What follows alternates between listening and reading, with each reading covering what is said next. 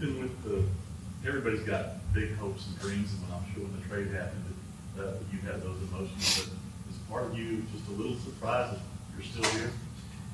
No, not at all. I think our group of guys from day one since I've been here have been a helping hand for me, just helping me in any way they can on the court, off the court as well. So just a group of guys that we have, nothing surprised me, and I'm just happy that we're still here. Whether it's Tatum or Brown or whoever, what kind of battle are you expecting? It's going to be a dogfight at the end of the day. We're playing for all the marbles. So at the end of the day, this is everybody's goal, and everybody's going to play hard each and every possession, and I just can't wait. In what ways has Kyrie helped you on and off the court since you arrived? Just being able to be the vocal leader. He's been in every position when it comes to the NBA. Obviously, he's an icon. So, everybody looks up to him, and everybody listens when he talks. So, just him, just being able to calm everybody down and just be a great leader and a great vet. I think it's been great for all of us. What kind of reception do you think he's going to get in Boston? I don't know. I don't really care, honestly. For us, it's all about sticking together and then playing our game. At the end of the day, we're going to be confident and poised and ready for the moment. You played with and against Luka. I'm sure you've heard this, but he's not very athletic. It's the kind of a common thing. What do you say about that? Is he or is he not? I think he is. He's out there with us at the end of the day, and he's holding his own. He's doing what he's doing. So it's not about who can jump the highest or run the fastest. It's about putting the ball in the basket, and he does that at a very high level. This is the first playoff journey of your NBA career. When you're just shooting around in the locker room, whatever it may be, what do you think about this group is so different than others of which you've been a part? I think everybody seizes the moment, and everybody's ready in each and every aspect. We do a lot of film, do a lot of things to prepare. Everybody's serious about it. We're very professional when it comes to everything, and everybody holds everybody accountable. So we don't really, I say we don't really like mistakes, obviously, but we don't really make too many of them. So everybody's accountable and everybody's locked into what we're supposed to do. Do you think it helps you not take this opportunity for granted when it took a while to get here and now this ride that it's been? Definitely. Being in the finals is not guaranteed. Being in the playoffs is not guaranteed. So, for me, I had an opportunity to watch for 4 years, and just being here, it means the most.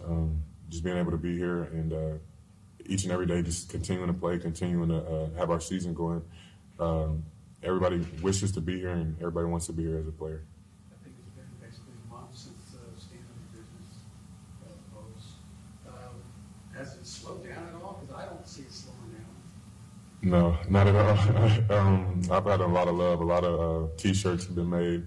A lot of people ask me for pictures, and everybody's doing the pose. So every time somebody sees me, they tell me to do it, and they either just say, they're able to say, hey, PJ, or they just say, standing on business. So it's definitely fun, and I'm definitely glad to be able to get the fans involved with it, too. And any money No. PJ, follow up on that, and thank you for your time. Western Conference Finals, the celebration, it seemed like you did that pose during the whole time. Was that intentional? Was that what you were trying to do? Yeah, definitely.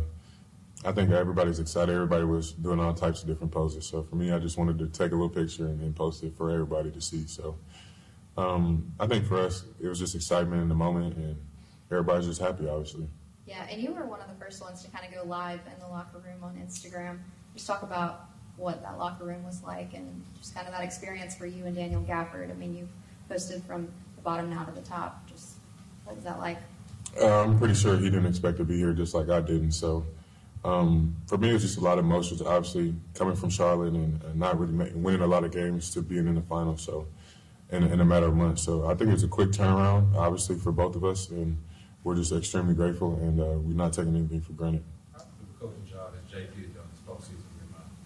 Great. I don't think he gets enough credit. He makes sure we're well prepared for everything, any outcome, and he's doing a great job each and every day, and I'm happy to have him here. Speaking of credit, what about Nico? He brought you in, Gafford and D. Jones, and also re-signed Kyrie in the last year. He was doing his job at a very high level. So Nico's a great guy. I've been knowing Nico since high school. So just when I got here, it was all family atmosphere, and I felt comfortable being able to talk to him about anything. So he makes all of us feel comfortable, and he's doing a great job of that too. PJ, over here to your left, thank you for your time today, much appreciated. You talked about how much your dad has meant to you along this journey. You have young boys, I know they're still on the younger side, but what does it mean for you to have the opportunity to lead them as your dad has done for you? It means everything.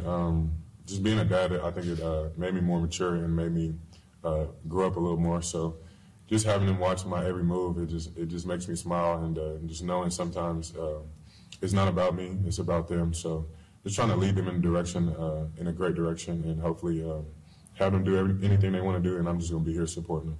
Do you hear yourself repeating anything that your dad told you with their age to them now? You sound like your dad to yourself. Not yet, but I feel like it's definitely coming. Once they get a little older and start playing sports and stuff, I can definitely see it, for sure. You guys are stuck now, a pretty long break. How do you think that's going to affect what we see maybe in the first half on Thursday night? I'm not sure. I think it is a long break at the end of the day, but I think everybody's prepared and everybody's focused. And this is the biggest stage in basketball, so everybody's going to come out and ready to play and prepare for everything they have. PJ, how do you guys like Coach Kidd and Kyrie around the team? How important is it to have guys like that who've been in championships, won championships? Have they given any advice to you guys about the immediate finals yet? I think it's very important. Obviously, people who've been there and actually won. So, yeah, I mean, they told us everything. It's going to be a lot of media. There's going to be a lot of different things we have to do. But at the end of the day, we have to stay together and stay poised and just know we're there for a reason. And we still got 4 more games to go. It's sometimes, it takes time for things to click and team chemistry to be there, but that doesn't really seem to be the case. After the trade deadline, there was like an immediate shift.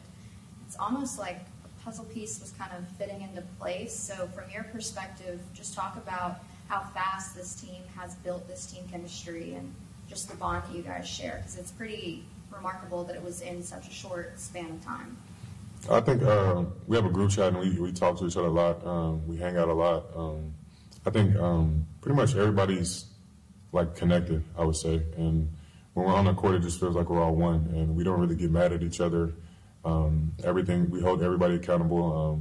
Everybody will talk to everybody, and everybody just plays their role at a great level, at a high level, and nobody's mad about anything. And we just all come out and we have the same goal each and every night. Jason said there was a team dinner a couple nights ago. Mm-hmm. Like ordinarily, maybe you guys could have used a break from each other. How'd that team dinner come about? It was great. They told us we had a team dinner, and everybody showed up, and everybody was happy to see each other. Obviously, still celebrating, and it was a great dinner. We had a lot of fun. You pick up the bill? No, not at all. Because this is for all the marbles, can you talk about the balance in trying not to do too much, but knowing there's a lot at stake?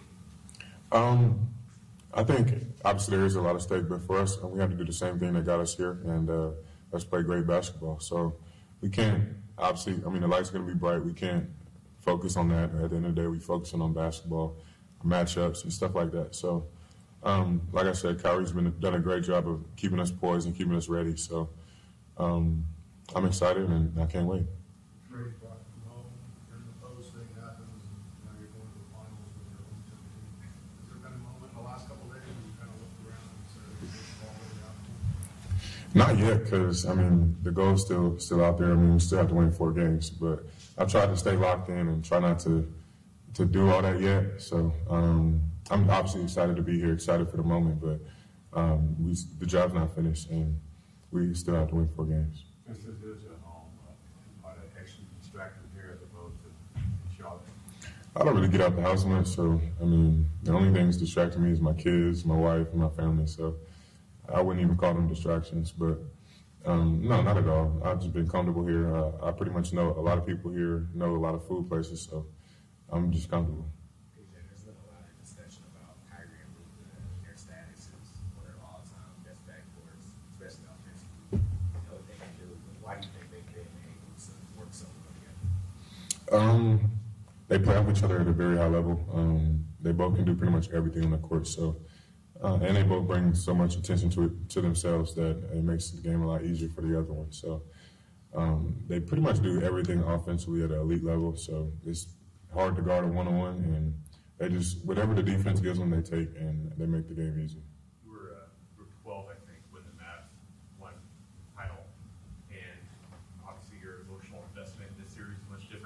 back then. What do you remember about your perspective as a kid during that time in Dallas? I used to come to a lot of those games growing up, especially that year. One of my dad's friends had season tickets, and he would always ask us if we wanted to go. So we were pretty much, I don't remember exactly where I was sitting, but I know the Maniacs were not too far behind me. So I was definitely invested to that team, and it was definitely great seeing them win a championship. And obviously, it's kind of full circle for me having kid coaching me and being here in Dallas, and obviously continuing for a title. So I just think it's great. And as a kid, I never thought I would be in that position that I'm in now. I was going to ask that as a follow-up. You never, in your mind, thought one day I could be on the court? No, I mean, I never thought, obviously, I'd be here in Dallas in the finals, but it's just a blessing. I mean, I don't know what to say. I'm just happy, honestly.